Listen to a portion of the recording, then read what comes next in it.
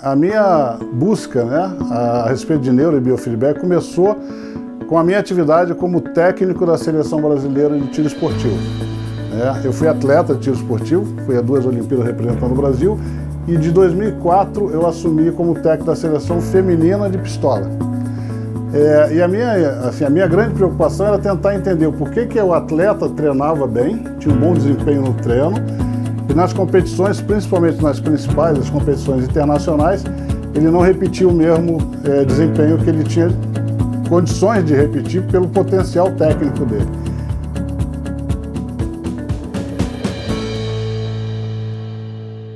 Eu fui fazer psicologia, fui fazer a faculdade de psicologia. No primeiro semestre eu assisti uma palestra sobre neurofeedback, correlacionada ao transtorno de déficit de atenção. Então assim, o tiro é um esporte em que a atenção é uma das habilidades principais do atleta, e manter essa atenção é muito importante.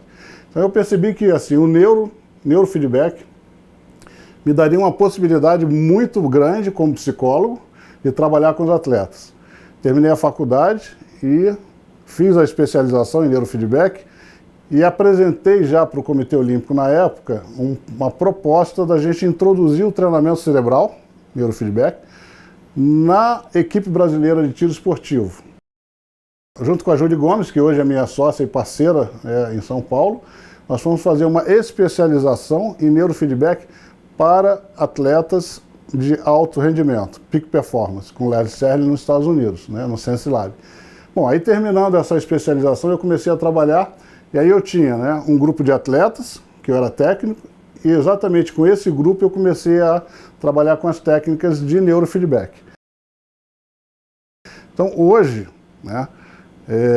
o que a gente tem no Brasil de uma colocação sistemática dentro do treinamento do atleta, do neurofeedback, foi o trabalho que foi realizado junto com o Time Brasil 2016 de tiro esportivo, para os Jogos Olímpicos do Rio de Janeiro, e que depois de anos o Brasil não conseguia ganhar nenhuma medalha na modalidade, e o Felipe Vu conquistou a medalha de prata na primeira prova, um cenário bem interessante. Ele era o primeiro do ranking, era a primeira prova da Olimpíada, todo mundo tinha uma expectativa grande de medalha e o Vu conseguiu fazer exatamente o grande objetivo do treinamento de performance com neurofeedback, que o atleta consiga colocar em prática todo o seu potencial, e aí sim, o seu desempenho vai ser exatamente equivalente ao seu potencial. Ele não gera o que a gente chama de ruídos mentais, e esse é um dos grandes trabalhos do neurofeedback junto à peak performance. Treinar o indivíduo, treinar o atleta ou o executivo, seja quem queira melhorar a performance, pode ser uma performance acadêmica, alguém que está buscando fazer um concurso, por exemplo, não gerar ruídos mentais que atrapalhem ele no desempenho nos momentos críticos. Dentro das possibilidades do neurofeedback, quando a gente fala em treinamento, você estabelece qual é a região de interesse no cérebro que você vai trabalhar. No caso da performance, a principal área de interesse é o que a gente chama de córtex pré-frontal, ou seja, é a área do cérebro que controla todas as nossas respostas, as nossas tomadas de decisão, a manutenção da atenção por eliminar os estímulos que não são relevantes e conseguir manter o foco no que é relevante.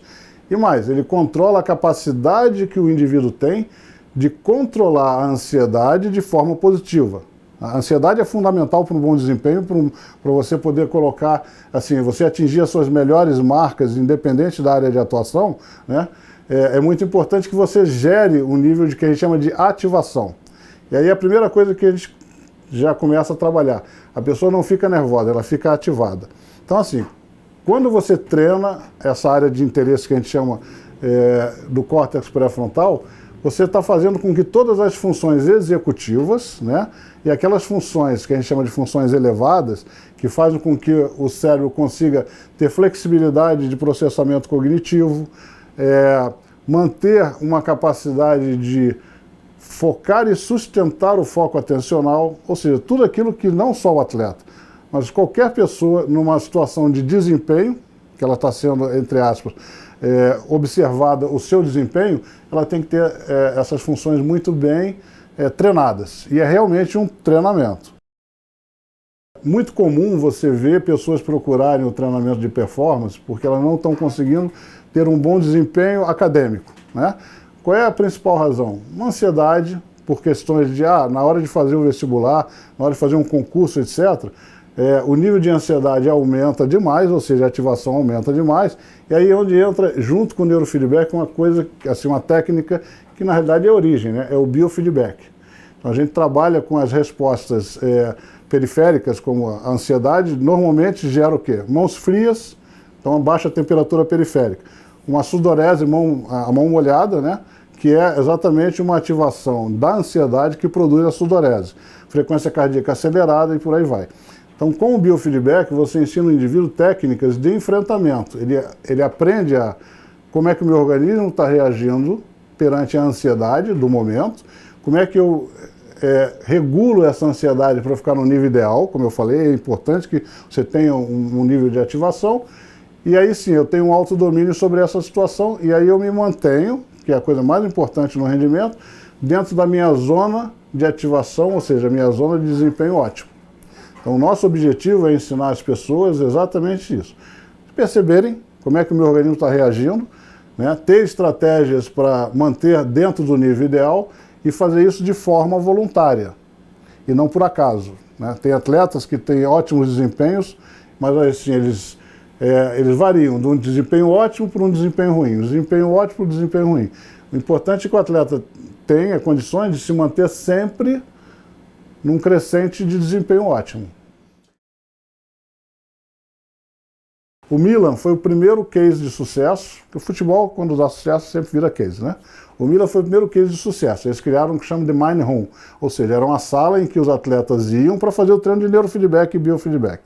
Em seguida, nós tivemos no caso do tiro esportivo, tá? A Índia, a primeira medalha olímpica da Índia, né? Foi ouro na prova de carabina de ar com o Binda, que era um atleta de arma longa, vamos botar assim, de carabina, e o Binda fez um trabalho de treinamento com o neurofeedback com um psicólogo da África do Sul que ele contratou para trabalhar com ele. Então foi o segundo caso que, assim, foram publicados artigos sobre isso. Agora, se você olhar, né, o histórico de treinamento do time, por exemplo, do futebol, da equipe de futebol alemã, eles trabalham com neurofeedback há muitos anos já, né?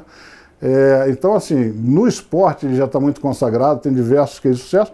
Eu considero o trabalho que a gente fez para a Olimpíada com o time Brasil, foi considerado um case de sucesso, né? Porque não só eu apliquei a técnica, como eu contextualizei a técnica para a modalidade.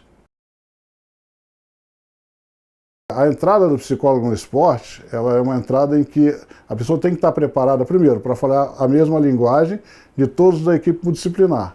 O objetivo é o quê? Preparar o indivíduo para ter o melhor desempenho dele naquela competição que é a principal competição dele, né?